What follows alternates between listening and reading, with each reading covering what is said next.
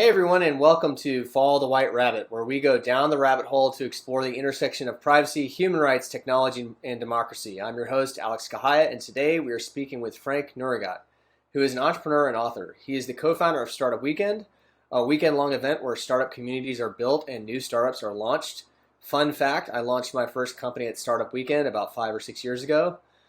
He is currently working as the founder of Electis, a nonprofit organization focusing on how voting technologies reshape democracy. Frank, thanks so much for taking the time to be here today. Thanks for having me. Yeah, so we connected a while back because I also have a passion for democracy and voting and election systems, specifically open source election systems. And that is something that you are working on. And we connected through a mutual friend, and I was super excited, even more excited to talk to you because of your background in Startup Weekend, because that is where I launched my first company. So you've had like a massive impact already in your career on startups around the world just through Startup Weekend, and then now moving on to this open source election system, I guess, ecosystem. It's not really an ecosystem yet. We're building it, but there are people out there working on that. So, Yeah, can you just tell us, a little bit more about your career and how you made your way to working on something like Electus? sure. I mean, very briefly, as everybody I guess can hear, I'm French, originally from France. I graduated in computer science. I moved to business school, and I pretty much had a very standard, career. I worked in consulting for a couple of years, but I, I think after 5 to 6 years into that career, something didn't feel good. You don't. I guess as it happens to all of us, you kind of go through school. At one point, you look back and you're like, why am I here? It's like, is that really what I wanted to do? And you kind of follow that natural path. Um, and I guess I didn't know I was an entrepreneur, but I wasn't that obvious, 20 years ago. Um, I just chanced to meet my co-founders in San Francisco after a world trip. All of us were trying to figure out how we can help people to become entrepreneurs, and bumped into the early days of Startup Weekend, which was launched by Andrew Hyde in Colorado at that time. It was a for-profit, and then my two co-founder Mark and Clint kind of took over, and I joined. I think like 6 months, 7 months after they started, and all of us together took it and shifted it to a nonprofit, and I think that's where we really made it take off. Uh, Scaled it to, I can't remember, I think 150 countries, something like that. We sold it a couple of years ago, and that's another story, but it's an interesting one about what you do when you sell a nonprofit. Um, and after that, I was wondering, like, what do you do next? It's not something you really expect, to succeed at at something that vast. And I felt responsible, like, for the life of entrepreneurs. So thanks again for being a testimony that you had a great experience at Startup Weekend. But I always wonder, like, did I really help people, or did I like mess up too much with people's life? Because entrepreneurship is obviously not easy.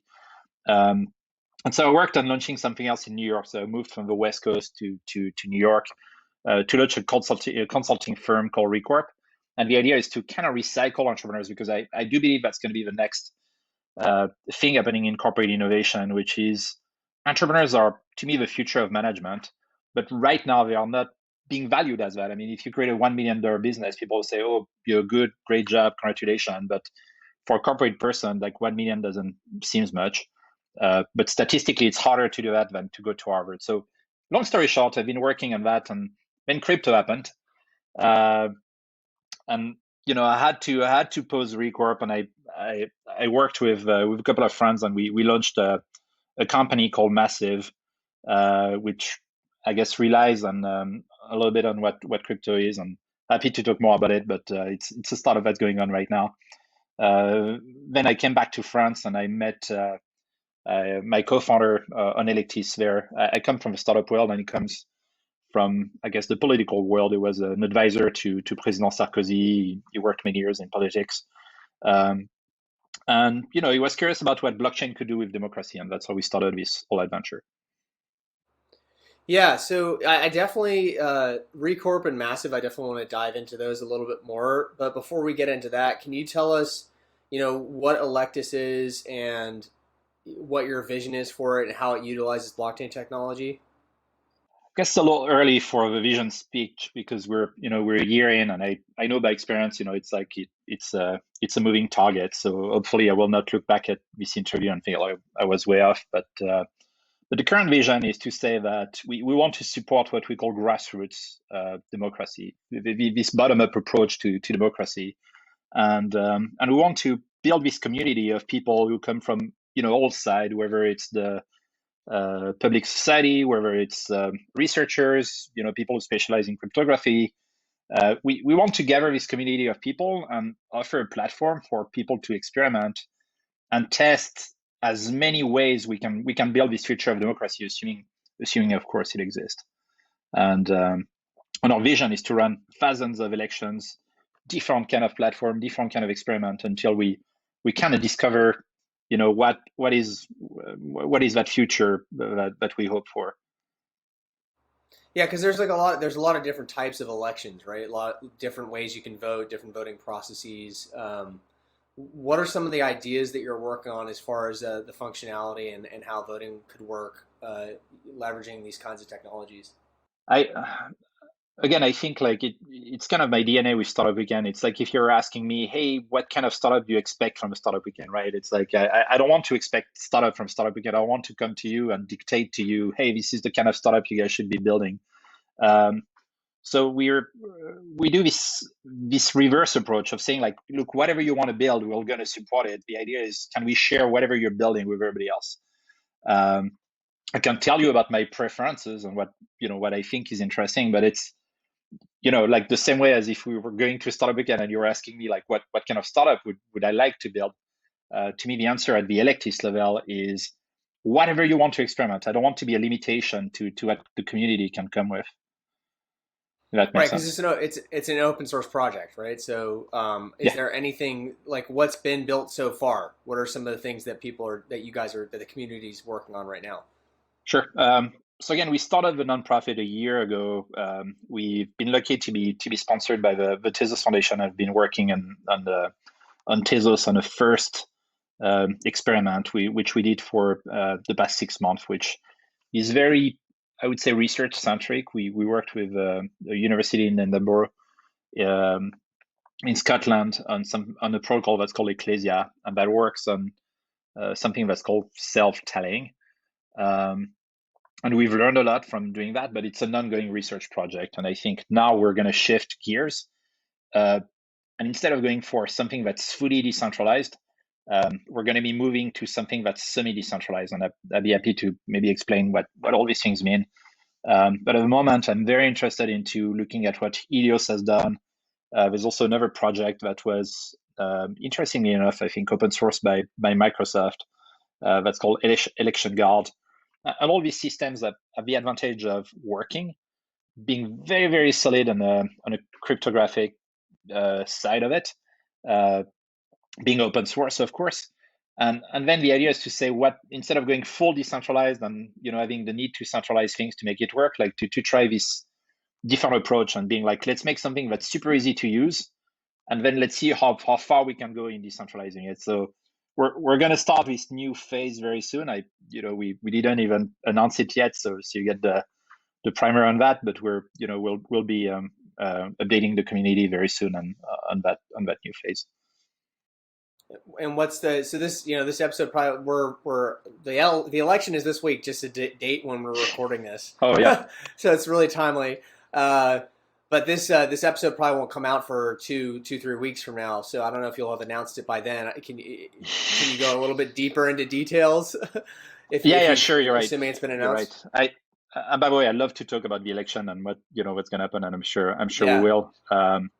Yeah. But again, like the long story short is we're going to be building a system that allow you to have secure voting very easily, and that decentralize some aspect of it. And again, that maybe we can open up the discussion on that. But the long story short is you don't need to decentralize voting. That's not something you technically need. And a lot of people who work on on this voting system, like every time you say, and I guess like in business too, every time you use the word blockchain in a sentence, they kind of look at you being like, you're not serious about what you're doing. The approach we have, I guess, is what I would call behavioral democracy, which is it might not be technically sound, um, but there's an aspect of it that is psychological, which is what we see in Bitcoin. Why does Bitcoin has value? Why do people trust it? And I guess I see value, and we see value into you could have the best system in the world, that's very centralized. It will lead to people doubting this system because if it's been corrupted one way or another, and even if you tell me it's impossible, there's always that risk, and that's why we'll always go back to voting in paper. I guess a good argument for blockchain is not technical, but it's to say, look, you could run if you want, you could run part of that voting system in your home, um, and there's a lot of opportunity on that. But anyway, like happy to maybe dive more into Yeah, into which pieces are you? Which part are you decentralizing, and why? Like, what sure. actual activities are going to be recorded on a blockchain? Sure. Well, at the moment, we don't know yet because we're going to run a couple of experiments. But I guess good candidates are you could decentralize ballots, um, which allow you to later on verify if you voted. Another one that's easy to decentralize is basically the results that you can have at a voting station. Like things like that are simple enough to do and are not gonna jeopardize, I guess, the security of the old system. So we start with one of your, or maybe both. Okay, and what's the format of this experiment? Like, who's going to partake in it? Sure. Tell me more about what the experiment actually is. Sure. So at the moment, we've partnered already with 26 universities around the world. So we're going to ramp up to 50 and more. The way it works, and by the way, if anyone is listening to this podcast and wants to reach out, feel free to go on electis.io. But we're looking for teachers, we're looking for students, anyone who's part of these universities to help us identify local elections that we can test with, whether even small one like student ones or even one that would just be organized for the sake of an experiment. So what we're having right now is kind of this foundation of universities, which is a great place to do these experiments. And we're going to be our goal is to run roughly 50 elections, and every time we run them, like in the spirit of being lean, the same way, like the question you asked me, maybe that helps you. Like, it's to me, it's the same as if you're asking me, like, what's the business model of your 1 month old startup? And I'd be like, here's my hypothesis, but we're gonna be doing experiments. I'm going to be tweaking them. So instead of having this approach of being here's the software, here's the architecture, here's how we're going to build it, and here's how we're going to deliver it, my answer is more something like we have 50 experiments, and we're going to tweak it to our best, to make it work at this equilibrium of being useful, being trustworthy, and being sound from mathematical and cryptographic perspective. And so, does the voting take place on some kind of app that you guys built that people can download at these universities, and it's pretty self-service? I mean, they don't need too much technical setup. Hopefully, I mean, the idea is to make it usable on mobile phone. But again, we haven't built it now. We're taking the learning of the first phase, which was an app, but you could like the first version of it, like for people who are technical, I guess, is when you build something in a blockchain or any decentralized ledger, like the solution we had for the first version was for everybody who wanted to vote to install a full virtual machine that could run that could run a node. And that's like, there's no way people will vote that way in the future. And I guess that's the same learning usually you get when you're building startup on the blockchain is you want to be 1 degree away from it, so you can abstract and hide all that complexity. So the second version we had was kind of an architecture with two-tier one, where some of the server we had was connecting to the Tezos blockchain were in the cloud. So we just had an EC2 instance, and then we had these clients that would connect to it, and then these clients could run some computational, because you can do a lot now on a web browser, and including something that was called that's called a time lock encryption. So to me, I think the next version, like you can go right now on Helios, and it's fully centralized, and you can sign up with Facebook, and you can create your own election. It's a few clicks away. So the idea would be to kind of go back to that spirit of having the blockchain on one side, kind of a centralized client for the interface. And later on we could imagine having, if you don't trust one, then we can say, hey, look, you can install it yourself. It's open source. So that's kind of the general direction of the architecture at the moment. So just something curiosity that popped in my head. It's a little bit of a change of subject here, but you were in France and then now you're in Kiev. Yeah. Uh, and Oh, and 2 weeks earlier I was in Albania.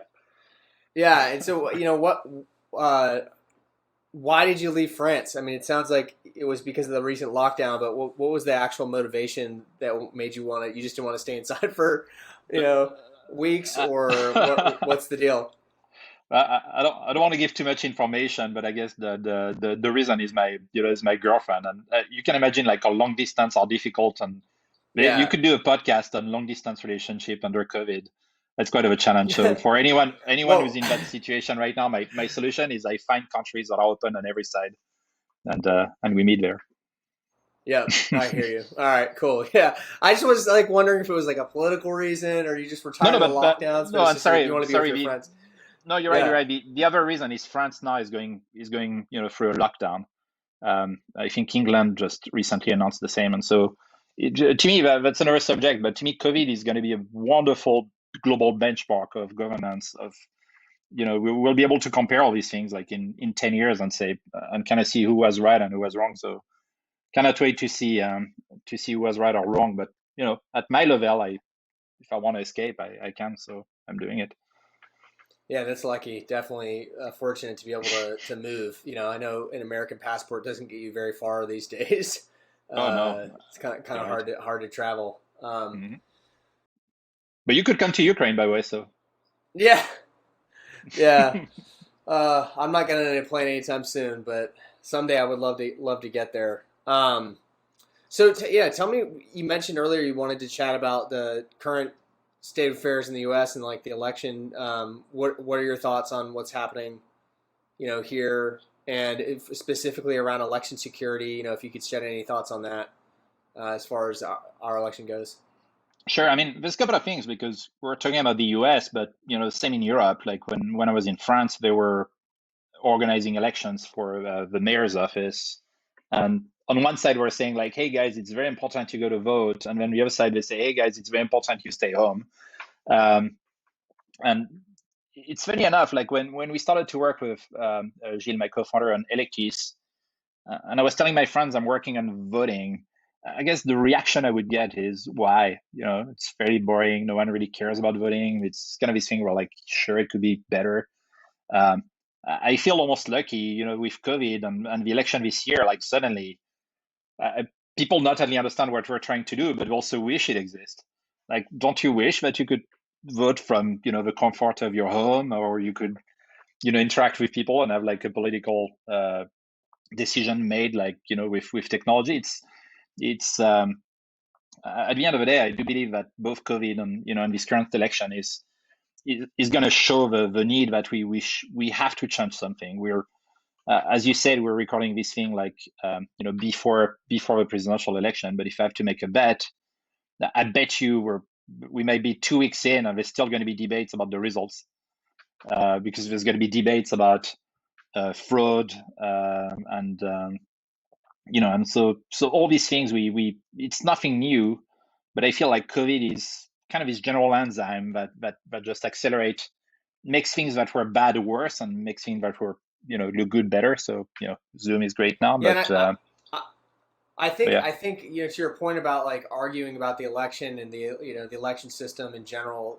I think the biggest thing that we need to move towards is not necessarily having a conversation about specific types of election systems and solutions, but just getting to the level where we all agree they need to be open source, right? Like your election should be run on open source technology that you can that computers, like any computer scientist, any developer can take a look at and audit for themselves, and can be run locally without some kind of company that is yeah. has these perverse incentives needing Oh, to run that election. there's I think that's a big problem.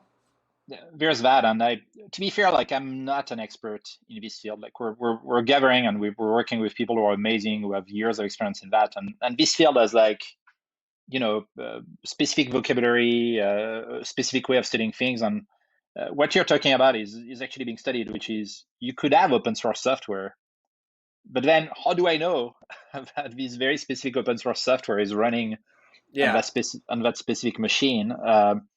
So all these things, I think, are of course challenges, and they're very difficult. But even when I talk to researcher, I guess the way we've been trying to address it until now was this very top-down approach of being like, all right, like how do I change the way presidential election are being run, and we have this machine, and we went from uh, like punching holes to tapping on a screen. But I tend to believe that exactly like in the startup world, the best way to change this thing is going to be bottom up. I think it's as soon as you're like should we do that, should we not do that, then you have a lot of debates, whether it's technical debates, whether it's political debates.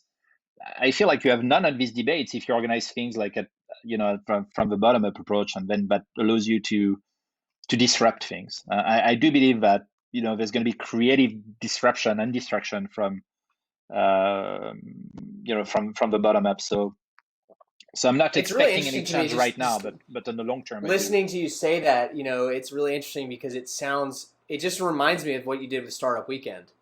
You created this grassroots movement that exploded and caused the creation of a lot of community. I mean, a lot of communities, a lot of people connecting with each other, a lot of ideas being shared, and then some companies and some good companies, some really Hmm. successful companies came out of Startup Weekend. Oh yeah, Um, and but it's that nothing. was It's a nothing really new. bottoms up approach, right? Yeah. It's nothing new. I came from the open source world, and so I guess I had the chance of seeing the early days of that. With Tim O'Reilly, with the open source, all this community, and I think it's just the beginning. I kind of call this thing hyper nations, and I'm sure you experienced that yourself if you remember the good old days where you would be able to travel. You can go anywhere around the world, and when you meet entrepreneurs, there's not that much difference, honestly, between an entrepreneur in San Francisco and I don't know, an entrepreneur in wherever, like Timbuktu or Berlin or anywhere else. Like there's difference about languages and maybe access to capital and things like that. But you kind of have these nations that kind of goes around the world and that are very global.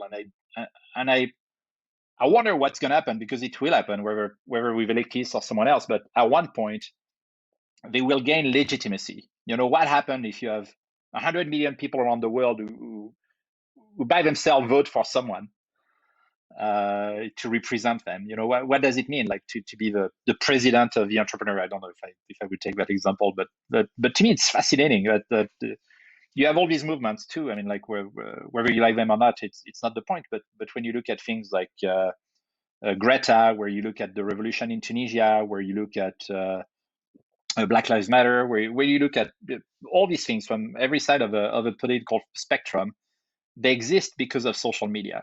Startup Weekend itself exists because, back in the days where you were an entrepreneur, the only way you could build a startup was to go to a chamber of commerce, find a lawyer and do your business plan, and maybe you raise your hand and say, hey, I'm doing a startup. And if you are lucky on your campus or at this chamber of commerce, you can meet 2 or 3 people. Now you can project the whole city onto a mailing list, onto a social media, and identifying thousands and thousands of people, within that group. And this is leading to more and more communities that I think are eager to self-organize themselves. And we see that a lot also in the crypto community, Yeah, uh, where it's like a beautiful natural selection of what works and what doesn't work in terms of governance. yeah. I was just going to bring that up. It's the watching these self organizing communities of technologists and entrepreneurs and designers and artists, all collaborating to build something, right? Like, uh, I've seen a few of these in Discord channels and whatnot that are actually taking shape, and they're cranking out product, right? And it's Oh totally yeah. decentralized. There's zero hierarchy. It's all voting based, all based on voting in some kind of governance contract, and there's real money too. I mean, there's real like Oh hundreds yeah. of thousands of dollars, millions of dollars flowing in and out of these systems every day. You have all the Very cool to basis see. to build a nation, right? And I always Yeah. wonder myself, like, what would you do today if you were George Washington, and Jefferson? and Madison, and and you were like, okay, guys, we need to create a country from scratch. Like, what do we do? Like, would your first vote would be to have a big, a big parliament? Like, would you do it that way? It looks a No, little you're expensive. the first thing you would do is create A a Discord yield channel. farming a Discord channel and a yield farming contract, and start getting people to put ETH to governance token pairs in there I to know. get the So we, liquidity going. That's I mean, and then you'd have a treasury to work from. oh yeah. Yeah, and you would have You'd impose a Hamilton tax on it. 2.0. You would have Yeah, Hamilton 2.0, yeah. blogging, Crypto tweeting, and Hamilton. Facebooking about it, and being like, here's my medium on why we should have Yeah, a yeah, we should have a yes. constitution.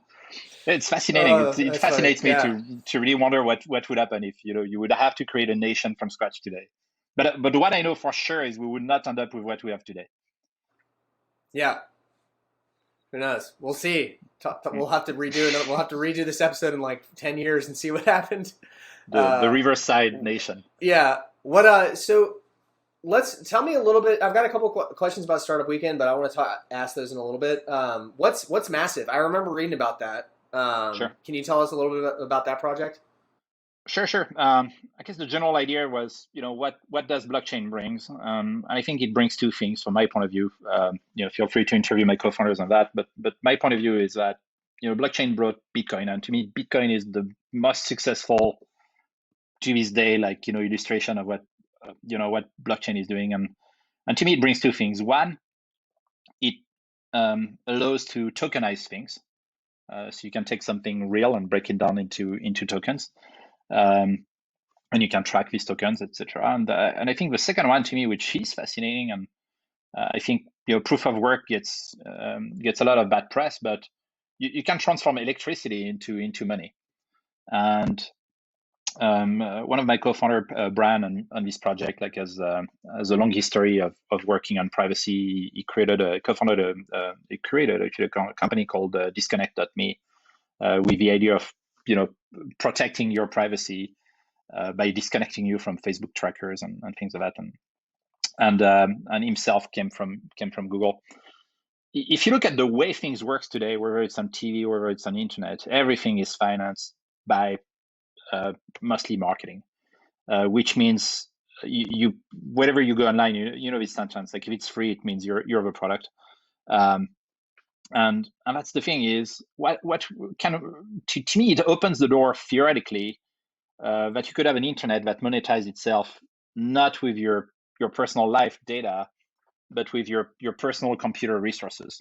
And so I guess that was the general starting point. The second one is you could see a lot of people doing crypto hijacking. So you could go on a website and suddenly, your computer would start to the fan would start to spin very, very loudly, and people would just use your computer without your knowledge to mine Bitcoin or to mine Monero or any cryptocurrency. To me, it reminded me the early days of advertisement. I don't know if you ever touched the internet in the early 2000s Yeah, or the late 90s. You go on a web page and you would have like these 100 pop-ups with advertisements everywhere. And to me, I do believe that if we could put this devil in a box and manage it and monetize these resources, like so, instead of being again, like instead of being Airbnb of yourself, you could have your computer and say, I'm going to give 20% of my computer and pay for my Facebook with that, whether it's the bandwidth or it's a CPU. I do believe that opens the door to a very super fascinating, like privacy-wise internet, and that's long story short is that's what Massive is working on. So the idea is, as a developer, you have access to this SDK, and we offer you an alternate way of monetizing your work. Um, so so happy to talk more about it, but yeah. a developer can build an application, and then that application can then users of that application will give up some of their idle, not bandwidth, but idle GPUs for Yeah, mining GPU, crypto. CPU, bandwidth. The idea is just to kind of connect to whatever is monetizable, and to do it while respecting your privacy and while giving you the option. And vice versa. If you're a developer, you know how hard it is, like to ask people like to pay for something.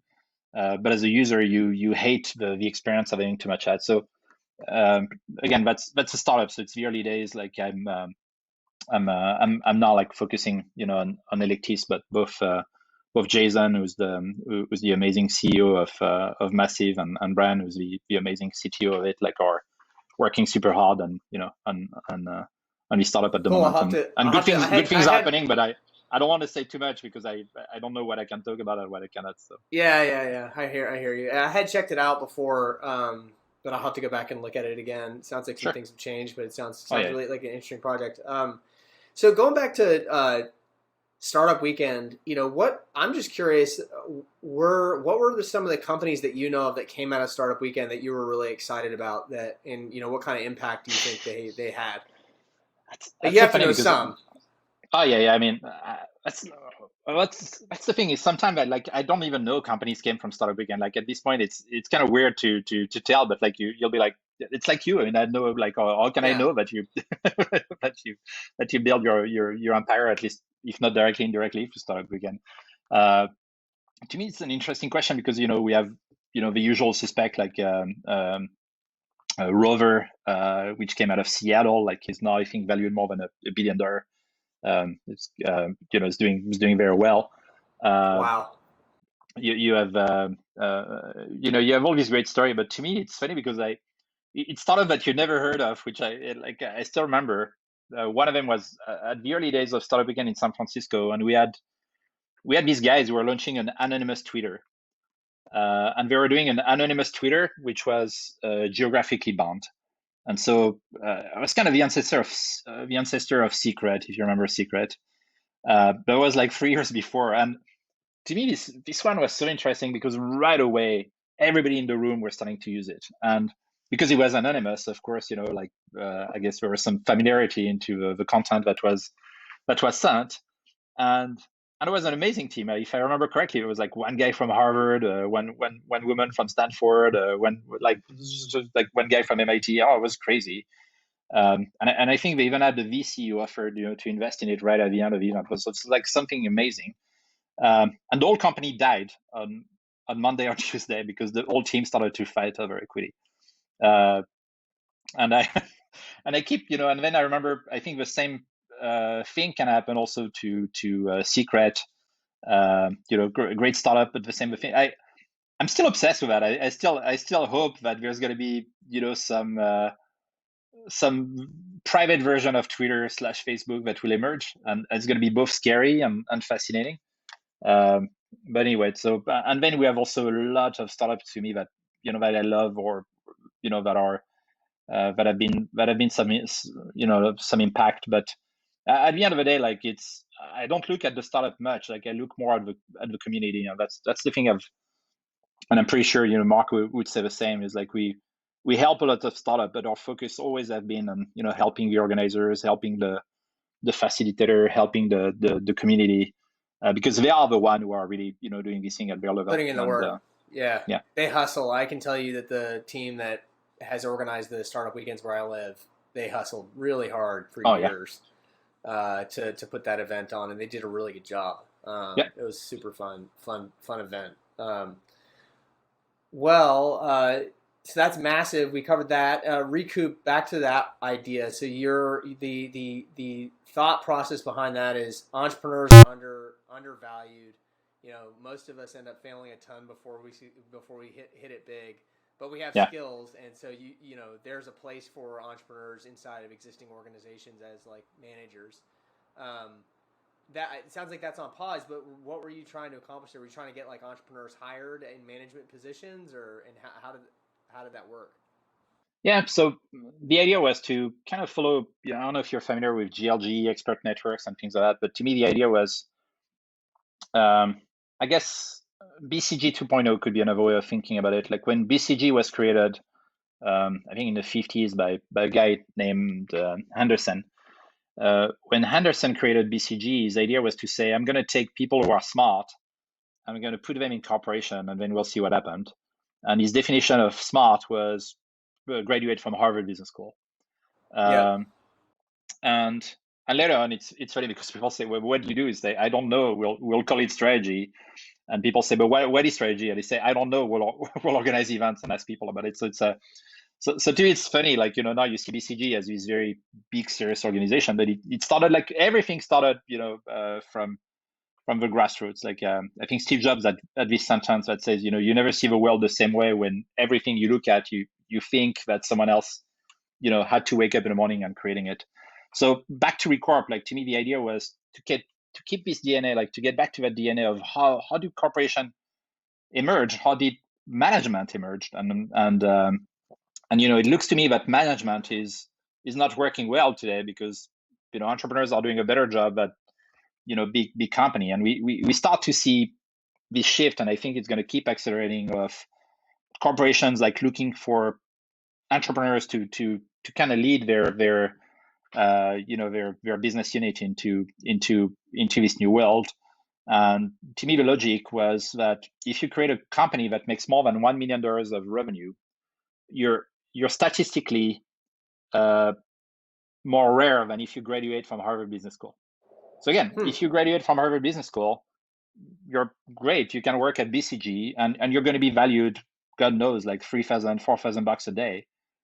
If you're an entrepreneur and you made a $1 million business, which, is impressive to me, and then whatever, you sell your company or you do something else, then usually what happens is you don't think you're worth much.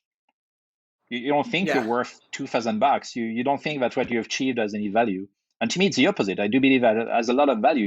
You have a network, you have the ability to identify new markets, to build product. To me, it's a very rare and very, very valuable thing. So again, I have no passion into building a consulting firm. I just have a passion to help entrepreneurs. So at the end of the day, what we did is we worked with 40 entrepreneurs. We worked in very short cycles. We organized these events where we had board members, C-level, meeting entrepreneurs, and I still work on it on the side, whenever I've got a project. And I'm working right now with another friend who's based in LA, and works in the energy sector on, how can we solve friction between entrepreneurs, startups, and corporation can lead to innovation. And I have no doubt it's just the beginning. I think corporations, at the end of the day, these all things are, people interacting with each other and building stuff. Whether it's the startup or a big corporation, like the bases are the same.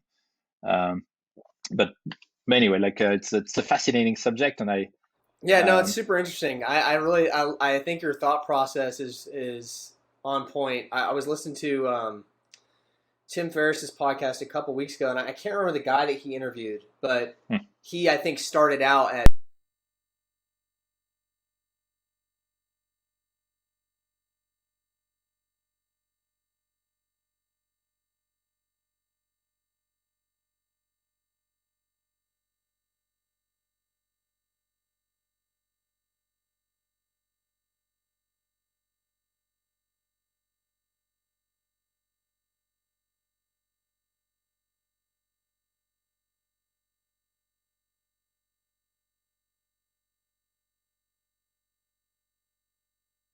Agree. And I did a study a while back. I was looking at the ratio of number of employees that would be leaving a company and launch a startup based on AngelList data.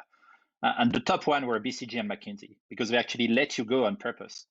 Um, and one of the best one was actually, it's like after that it was like things like Google, like Facebook. So it seems to me there's, if your company is let his people go to build startups, to me it's a good sign, because it means you have entrepreneurs within your company.